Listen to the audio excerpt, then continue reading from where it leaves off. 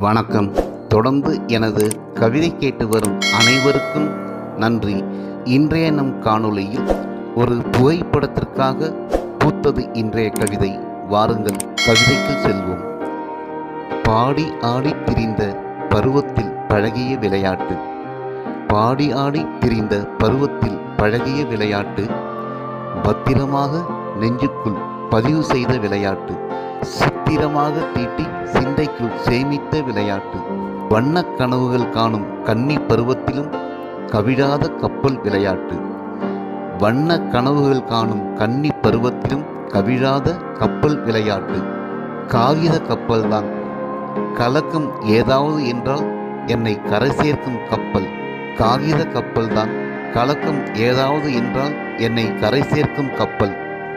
படிப்பில் குழப்பம் என்றாலும் பணி சுமையில் பதட்டம் என்றாலும் புத்துணர்ச்சி தந்து என்னை புதுப்பிக்கும் விளையாட்டு.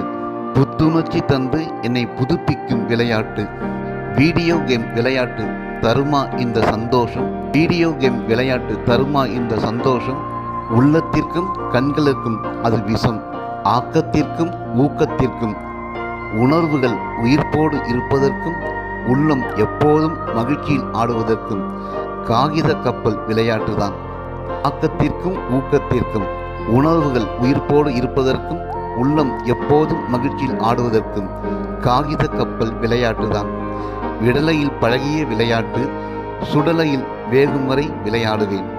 யார் என்ன சொன்னால் என்ன, நான் எந்த பதவியில் இருந்தால் என்ன. யார் என்ன சொன்னால் என்ன, நான் எந்த பதவியில் இருந்தால் என்ன.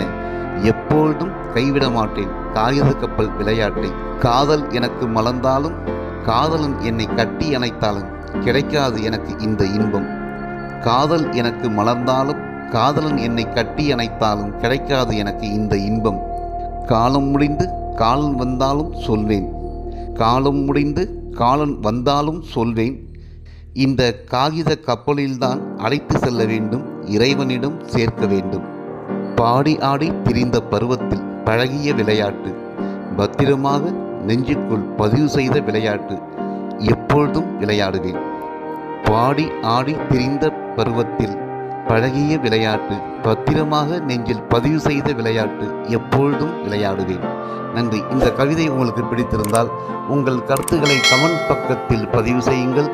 மீண்டும் வேறு கவிதையுடன் உங்களை சந்திக்கிறேன். நன்றி, வணக்கம்.